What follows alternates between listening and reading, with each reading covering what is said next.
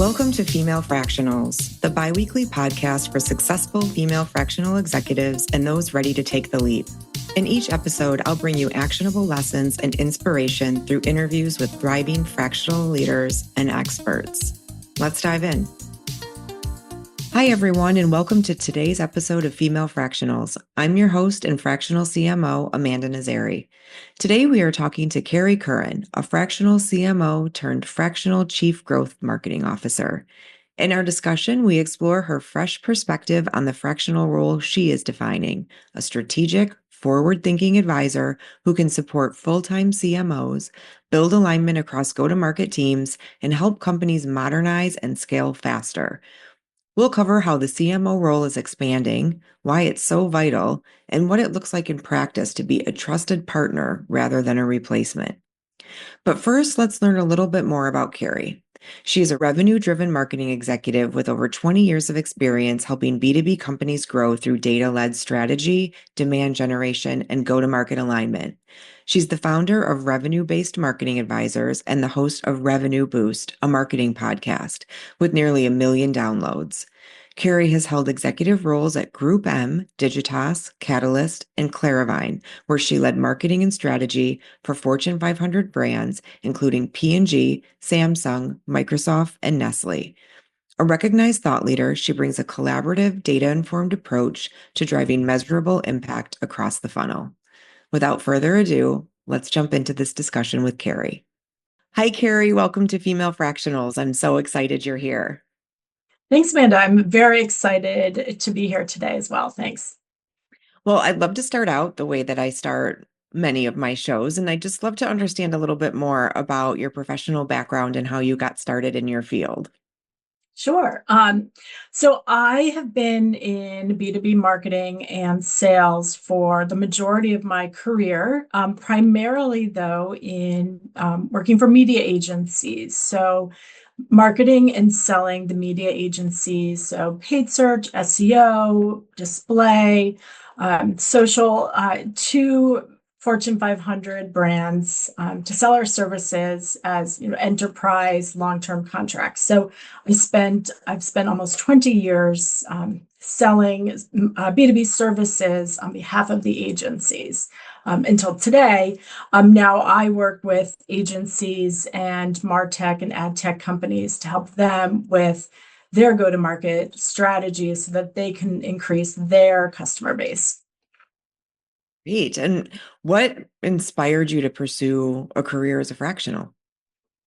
So there are a few different things, but one was that I really enjoy working across multiple business challenges, types of clients, really getting to create different solutions to different challenges. I'm always looking at from the strategic lens of what is their business challenge and how can I help them solve that with my arsenal of capabilities and skills.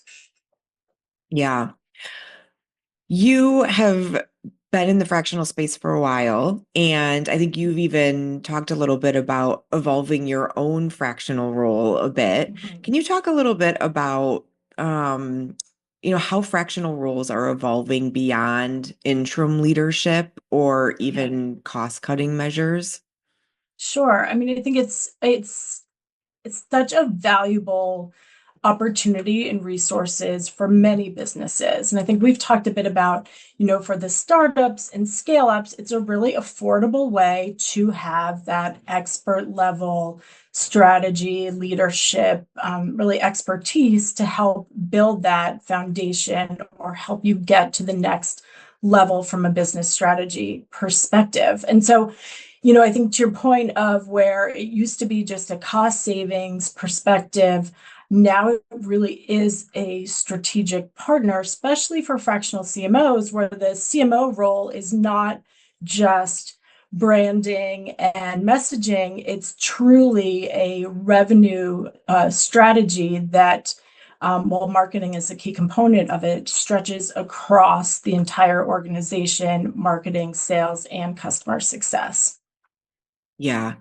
One of the things that you've talked about too is different ways that CEOs or those that are hiring fractionals can think Mhm. about working with fractional executives, particularly CMOs, in different ways.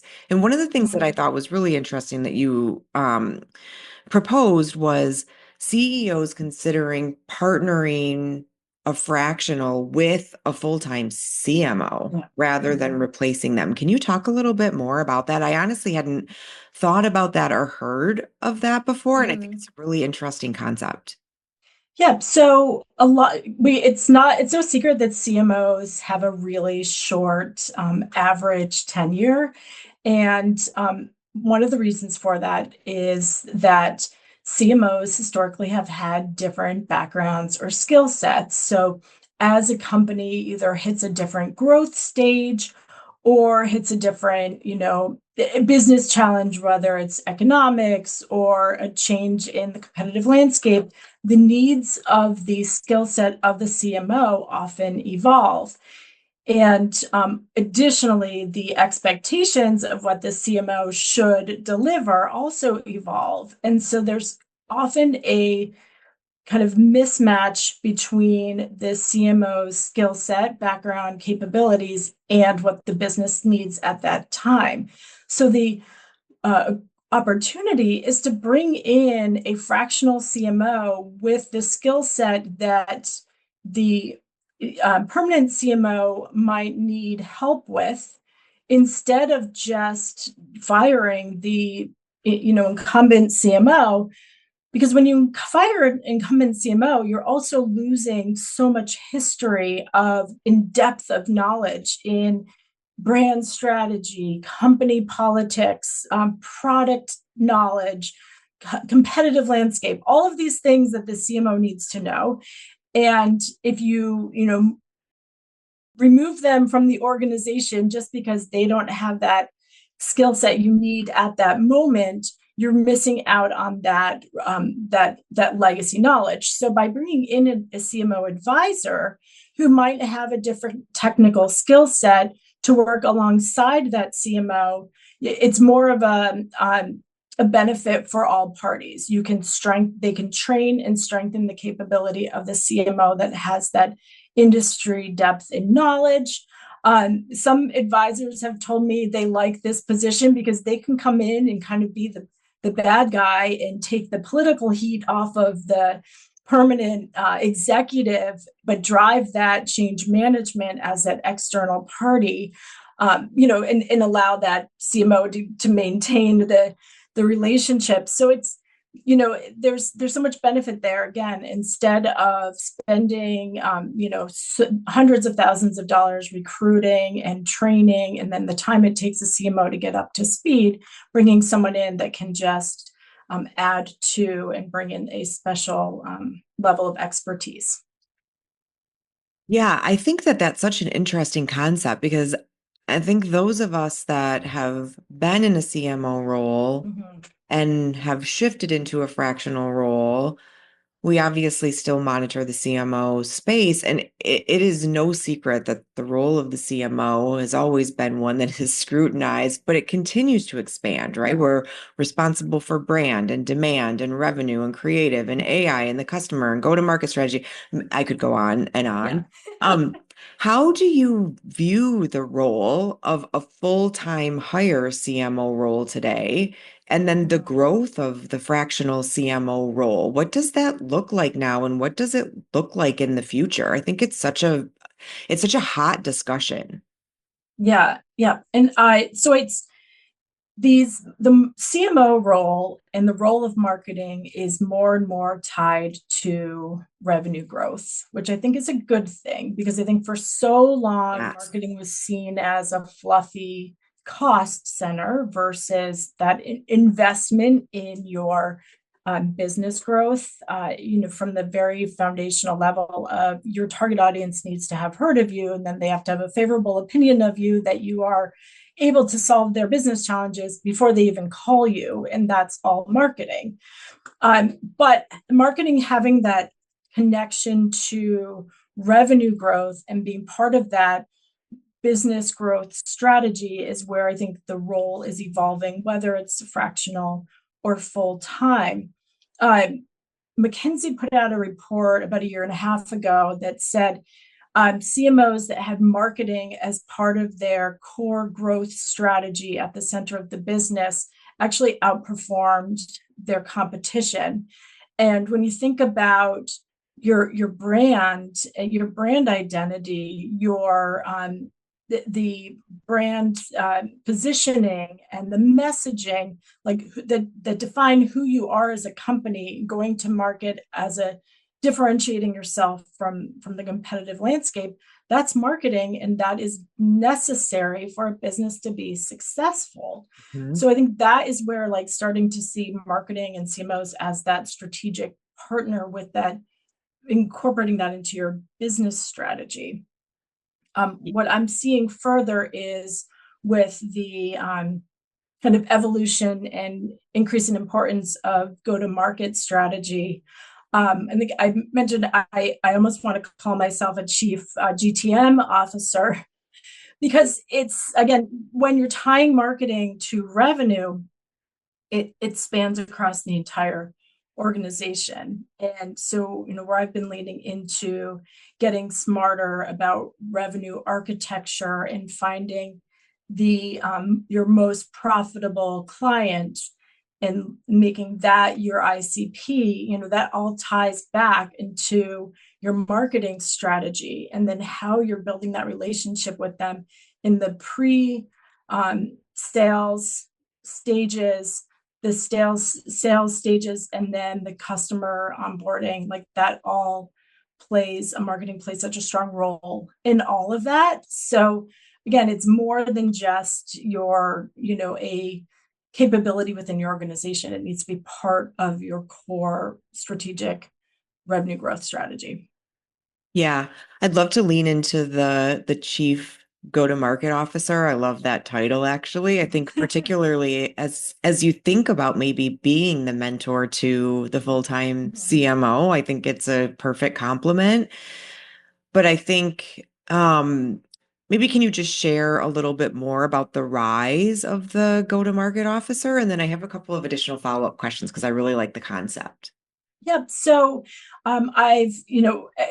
ABM has been very popular for a long time, or you're really building that account-based marketing. You're really building that focused marketing sales strategy to go after who you believe is your best customer. And it's a marketing plus sales functionality. I worked at an organization that was hyper focused on new logos, new customer acquisition. Meanwhile, customer success was tanking, and we had a high churn rate, and clients were quitting left and right. But the focus was on me and my team bringing in net new customers. And so I was at Inbound last fall, and I was in the audience of Sangram Vahri, who he's kind of he's a founder of GTM Partners and has been a huge advocate of the go-to-market program and strategy. And the key element there is the inclusion of customer success and the goal of growing your net and gross recurring revenue, and doing that by figuring out who your most profitable, most likely to be long-term growing year-over-year clients are, that type of client, and then building that into your marketing strategy and making sure that you're servicing them properly, and the onboarding is comprehensive, and that they're set up to be successful with your services so that they do renew.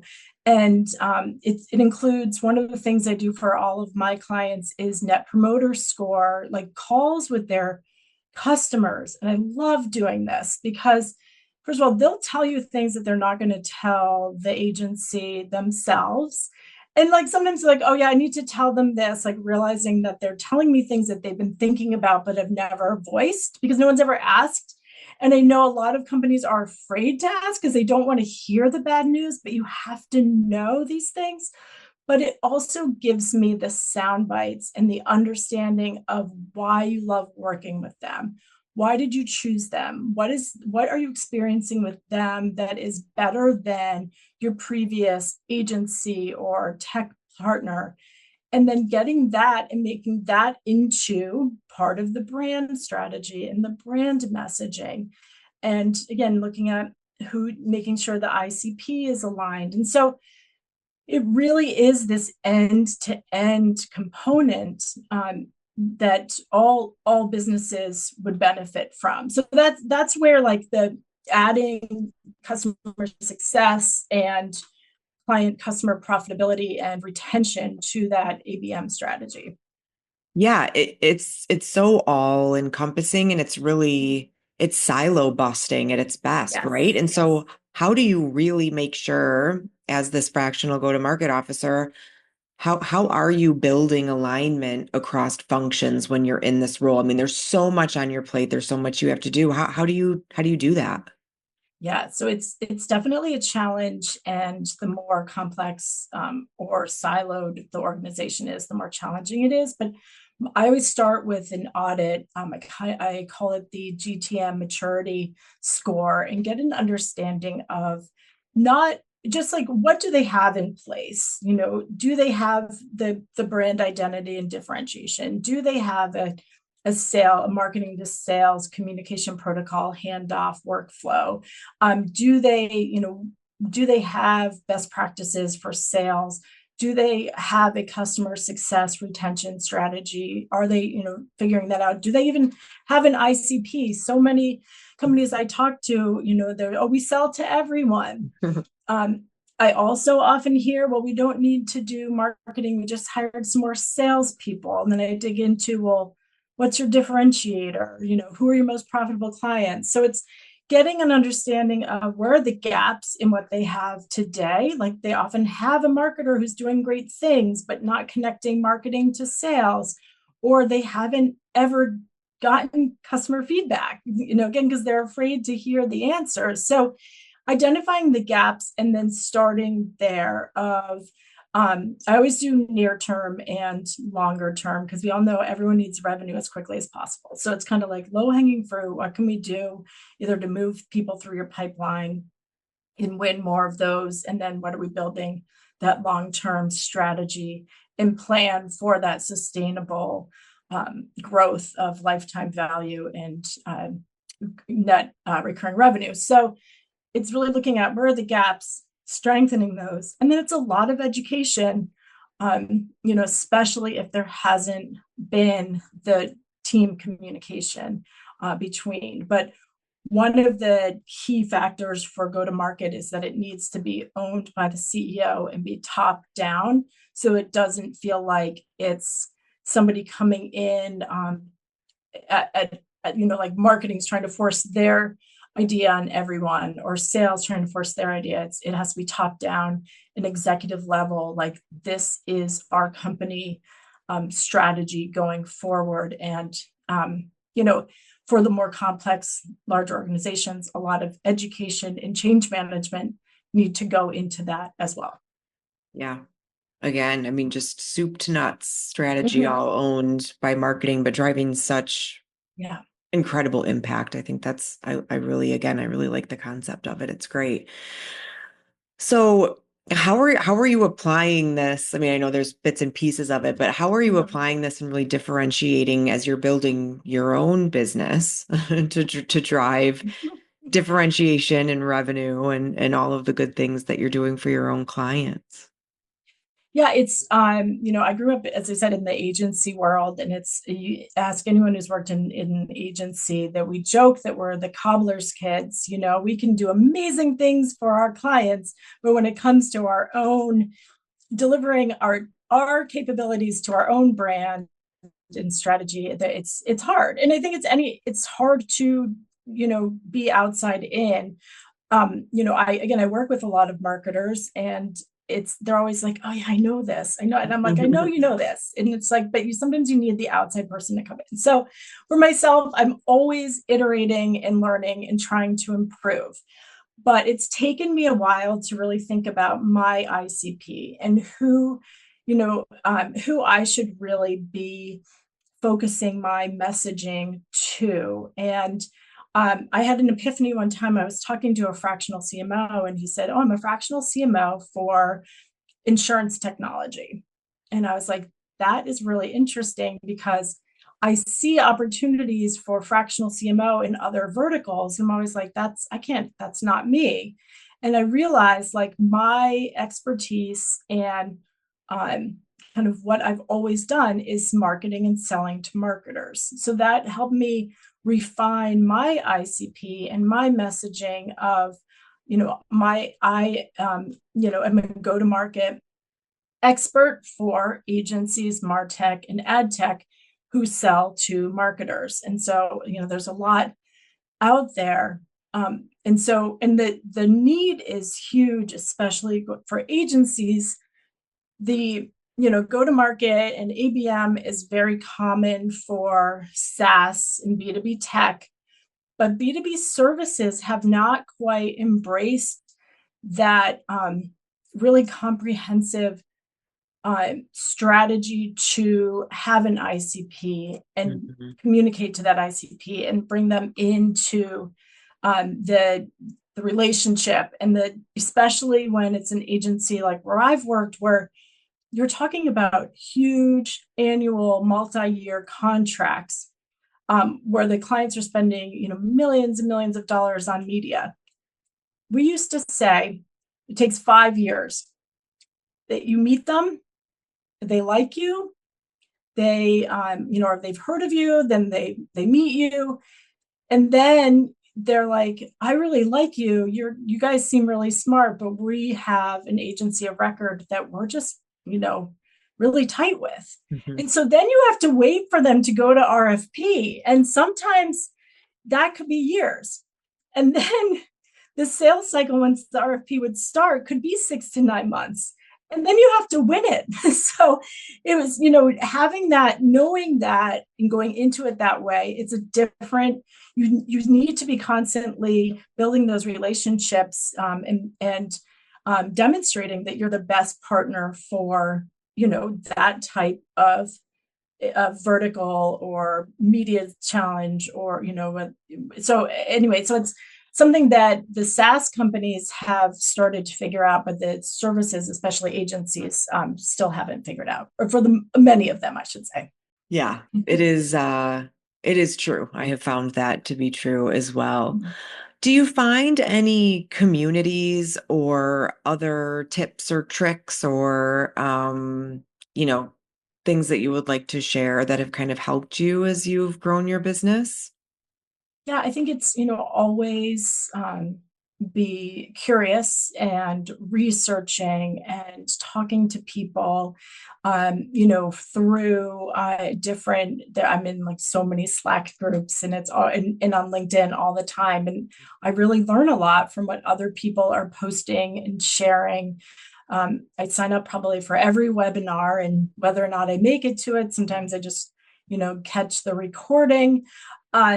I recently joined Pavilion, and I found that to be incredibly valuable from, again, an advanced educational perspective of really bringing rigor and like a numerical formulas to, or I guess a formulaic approach to go to market, both from the marketing perspective and the revenue perspective. And so, different ways, but always trying to just learn what's new and what's next and think about how things can be applied in different places as well. So like seeing a lot of strategies that were typically more direct to consumer brand or B2C brand strategies like influencers or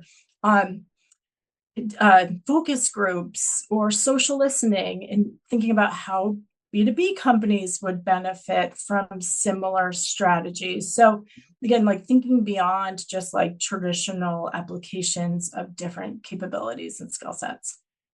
Yeah, there's a lot to take advantage of now for sure. And I think the beauty of being an entrepreneur, at least one of the things that I have noticed is similar to you. I find myself signing up for everything and similar, like again, whether or not you can actually attend, but it's nice to feel that you have the flexibility and the freedom. to do ongoing learning and development and join these communities where you can share and openly learn and engage from each other more so than I was able to when I was in the corporate space. So Yeah. And I know you made that point when we spoke before, is that that's a huge benefit to hiring a fractional a CMO, because we are exposed to so many different things. Again, whether it's having more bandwidth to do that kind of coursework, or again, working across different clients and business challenges. So it does just make us more versatile and valuable. yeah, I agree with that completely. Great. Well, this has been great, a great discussion. And I like to end every interview with some rapid fire questions. Sure. And I have quite a few for you. So we'll answer these in one word or one sentence or less. So I'm curious your answer to some of these that you have graciously highlighted for me to be able to ask you. Okay. Most unusual place you've taken a client call. Okay, I have taken a client call from a ski resort. I was an urgent need and I hopped on a call. I don't recall if I told them where I was, probably not, because I didn't want them to feel badly, but definitely took a call and addressed their needs. Client service at its finest. Mhm. What is your best meeting opener or icebreaker? I love asking people, if you were to open a sandwich or sell a sandwich, what would it be and where would you sell it? And I have found you learn so much about people when you ask that. I've gotten answers about people's grandmother's favorite thing that they made. I learned from somebody that their parents owned a deli and she grew up making sandwiches, or someone tells you about their favorite place on vacation and the thing they got. And so you actually really learn a lot about a person asking that question. So that's one of my favorites.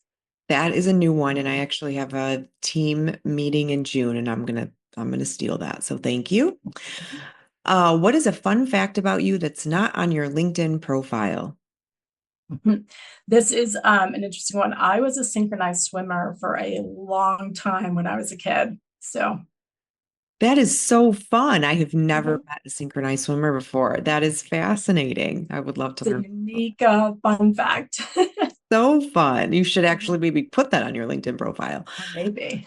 Favorite business book you've read? So last year, I read the 12-week year. And what it does is it helps you expedite all of your business deliverables and strategies, instead of waiting a quarter or a month to get the results of your goal. Is that you kind of take your whole year of goals and think about it in smaller chunks so that you actually are more productive. Now, do I apply all of that? There's still a lot I need to go back and learn, but I found that to be really valuable, and especially if you can roll it out across your team, because you just end up pacing faster, not waiting as long to see if things are working or not working. That's great. Three apps you can't live without. So New York Times, Audible, and Waze, and I'm going to add Kindle to that as well. I do all my reading on Kindle. So I think those are the four that I use the most. Most unexpected skill that's helped your career. Gosh, I forget what I said for that one. I think, I was a psychology major in college. So just understanding personality types or empathy, or kind of the why behind somebody might behave some way, has been really valuable, both in marketing and sales, and just thinking about brand strategies as well. A mentor you'd like to give a shout out to. So my boss of 12 years, Beth Latender, who is now retired, and I constantly ask her to go back to work so she can hire me again. And then finally, where do you look for inspiration? So I like to be somewhere with a beautiful view, water, ocean, lake, or mountains, and to be able to just kind of decompress and stop the rapid spinning of work and life stress in my head and just kind of, soak into the beauty and then kind of go from there. That sounds inspirational even when you're just describing it right now. So I would like to find that place and head there. Me too. Thank you so much. This was a great discussion. I really appreciate you taking the time to come on. I know it took us a while of scheduling and rescheduling, so I appreciate it. I know you're very busy. So thank Will do you. as well. Would you Yeah. like to, I'll obviously mention it. I mentioned it in the intro, but if you would like to maybe reiterate how people can reach out to you. Sure, thanks. So on LinkedIn, Kerry Curran, I have a website called Revenue Based Marketing and a podcast called Revenue Boost, a marketing podcast, which you can search any of the top directories and you will find the podcast there. Great. Well, thank you again. Thank you, Amanda. This has been great. Thanks. As always, please remember to follow, like, comment, and share. And don't forget to head over to femalefractionals.com for a full transcript of the show and links to everything we talked about during our conversation. Thanks for listening.